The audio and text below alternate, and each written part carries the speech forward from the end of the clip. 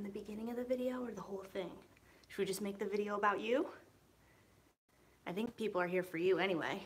All right, guys. Hi, welcome to today's video and back to my channel. This is Jack. I'm Joy, and today's video is going to be my June favorites.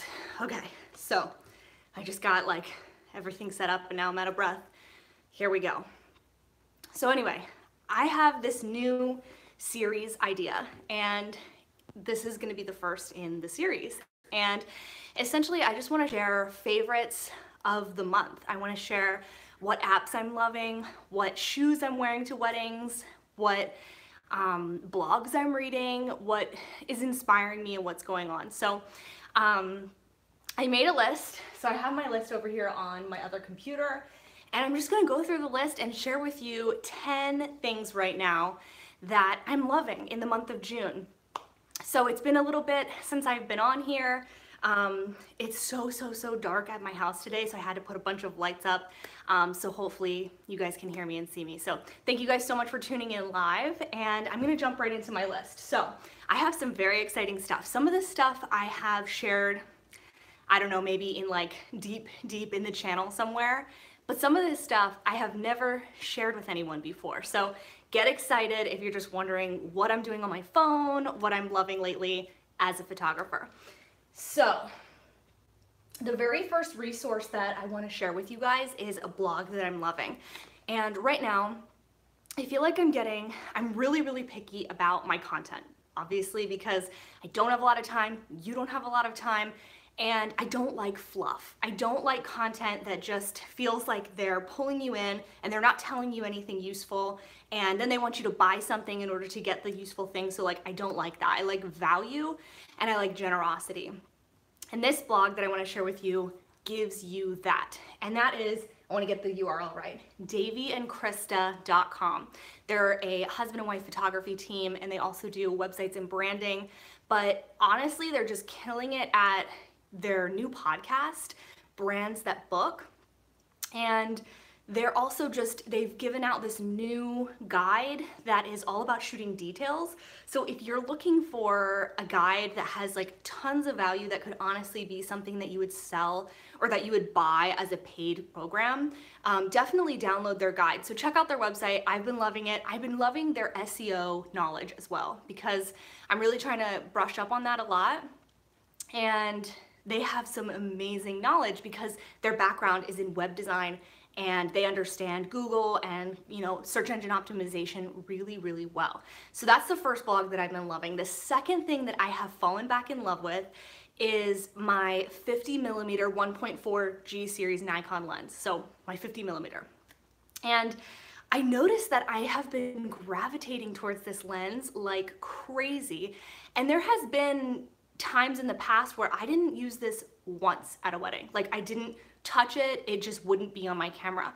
But ever since I upgraded to the D4, I don't know why, but it was one of the first lenses I put on my D4, and I just loved what it produced, and I loved the look that it gave my images.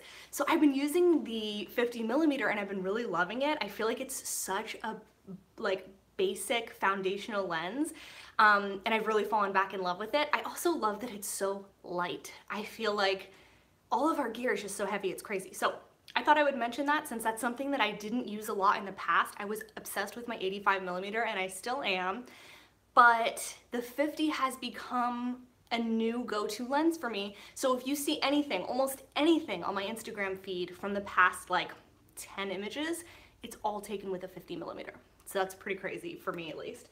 Okay, so I have a couple of apps that are new that I just got that I've been relying on, and I think that you guys are going to love.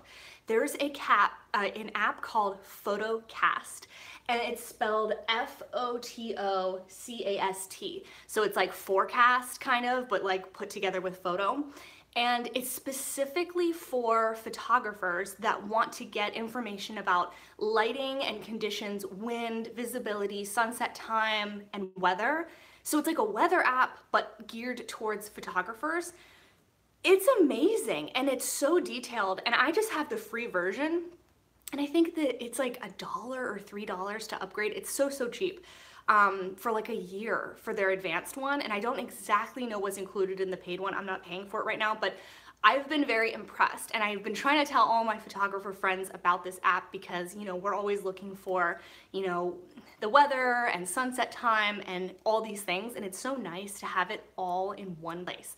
So again, that's called Photocast, photo spelled F-O-T-O. And I've been loving that. The other app that I've been loving is called Unfold. And it's how I have been creating my Instagram stories. So if you're trying to like step up your Insta story game a little bit, you want prettier stories and especially have more fonts, more text options, look at Unfold. I have not shared this anywhere. This has been like my secret weapon.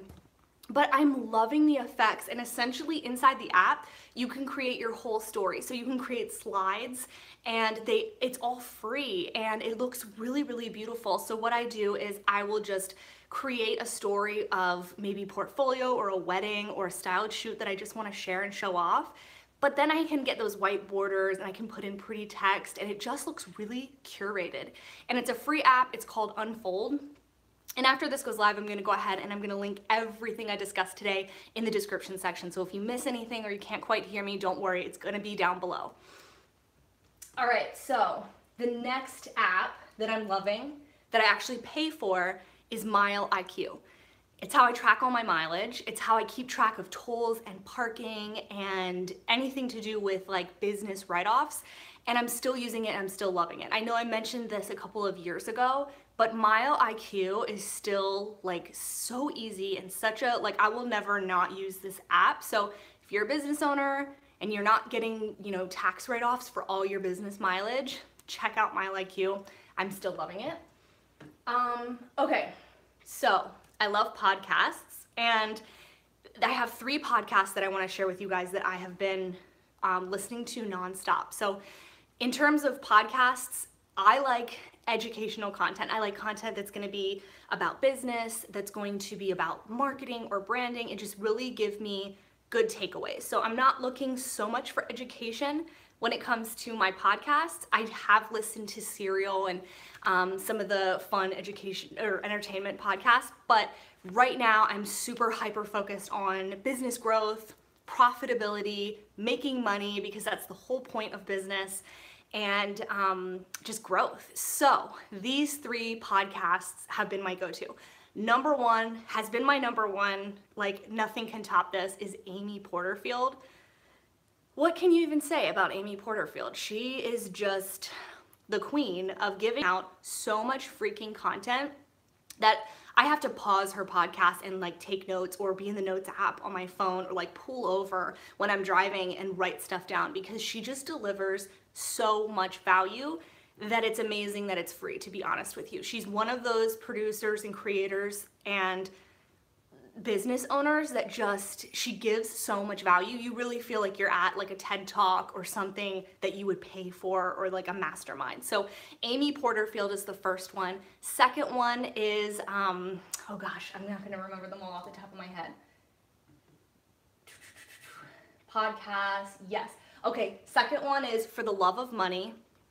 Amazing podcast, again, about profitability, making money, doing amazing things with your money, and not being afraid to make money and not being afraid to admit that that's the point of what we're doing. Because, you know, if you're taking pictures and not making money, you have a very expensive hobby. And I love For the Love of Money because it's not for photographers, it's for entrepreneurs, it's for business owners. So the information is very like high level and not specific to photography, which I love. And I find that I get the best information and the best business advice that I can apply when I'm really getting outside of my field, because I just don't want to listen to too many photographers. I don't want to feel like I'm just copying what they're doing. So that's the second one. And the third podcast is She's Building Her Empire with Stacey Tuschl. Really loving what she's doing. She's like a mile a minute, super fast talker, probably like me. But she's amazing and she's fearless and she just is doing some really incredible things in her business. So not only is her podcast on point, but it's very inspirational. So if you're looking for something that's inspirational and business, those are 3 that I highly recommend. And I have 2 book recommendations for you guys. I've been on Audible, so I've been listening to my books lately, and I'm finding that I'm able to get through my books, not surprisingly, a lot faster when I listen to them, because I can listen at like 1.5 speed and listen while I'm doing dishes or laundry or cleaning or just driving and that kind of thing. So right now I'm re-listening to Primal Branding. Incredible book. I highly recommend it. And I just finished Profit First. Profit First is a book that I'm now like recommending to everybody that I ever mentor or help. Whoever wants to create a business with their photography and profit, because it's so interesting to me how many years it took for me to understand profit, and that it's not as straightforward as it sounds, and that pretty much every business that ever fails is due to lack of profit, like bottom line. So it's an incredible book. I highly recommend it. Again, it's called Profit First. And it's not just, here's some tips, here's some stuff. It's like a structured outline of what kind of bank accounts you should have, how those accounts work, percentages. Like, I've restructured my entire business since reading this book. I should give credit to my husband. We have restructured my entire business because he's pretty much my CFO. So he has helped me tremendously creating like spreadsheets and having these accounts, but essentially I wouldn't have the accounts and the financial structure to my business that I do right now if it weren't for that book. So highly recommend that book. And okay, so some fun studio stuff that I've gotten. I've gotten some new canvases. So I have some new canvases. These are all just personal pictures of my husband and I in Paris. And I wanted to show these off because I have been so impressed with this company. I've been impressed with their customer service, how quickly I've gotten this stuff, the prices. It's all around really good. So this is another one of the canvases. I got a collage from this company, probably like 7 to 9 huge canvas pieces that are all different sizes that go in a collage for around $100, which is insane. And the quality is really fantastic, and it comes with mounting brackets. It's unbelievable. The company is called CG Pro Prints, and they're now like my main canvas company. Like, I will never go with another company because I just really love the unique sizes. Like, they have really skinny long canvases. Like, all of these I'm just gonna hang up in our home. But now that I see them, these are the canvases that I'm going to be selling to my clients. So if you need new studio samples, if you want pictures for your house, or you want stuff, professional grade, archival ink, like professionally mounted canvases for your clients, I think you should really look into CG Pro Prints, because they're affordable, but they look so incredibly professional. And there's that line where, you know, if you go too cheap, it just looks cheap. And this is that sweet spot where it's affordable, but it looks really good and it's really good quality. So I'm definitely gonna be ordering more stuff from them really soon. Okay, we're down to our final 3 favorites for the month of June. So this, is my favorite dress for weddings. Girls are gonna be like, finally, they've been asking and asking and asking what brands, what dresses, where do you get them, that kind of thing. This is like my signature black dress. It's very long. Let me like back up. It's nice and long. It has a little bit of shape, a little bit of structure. It's extremely thick and it's extremely good quality. And that's why I love it. I like that the straps are thick. It just fits right, and it's long, but it doesn't, you know, hug you or have any like see-through parts. It is a Calvin Klein dress, and I have ordered so many options for weddings, and I've not loved them for, you know, such a variety of reasons, but Calvin Klein dresses are where it's at. So I have this actually in a couple of different colors. So every time I come across Calvin Klein dresses and they're on sale somewhere, I buy them up because I know they're gonna be good quality, they're gonna look good, and they look really professional. You can move in them. They're not stiff. They're kind of like really spandexy but thick. They're just my dream dress. So Calvin Klein, I think this is a size 6. I get them like a tiny bit big on me because I just don't want them to like, I just don't want it to look like really sucked in. You know what I mean? Like, I like to be able to breathe and move, and I just don't want to feel constricted. So that is the brand of dress that you'll see me wearing whenever I'm wearing a sleeveless dress. It's always Calvin Klein.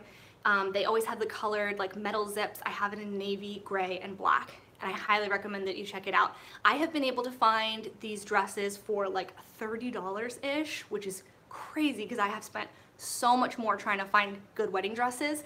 I can find them at TJ Maxx, Marshalls, mostly TJ Maxx and Marshalls, but you can find these online even at like Nordstrom Rack. So I would just look around in your area. So I want to share now my favorite shoes that I have been wearing to weddings.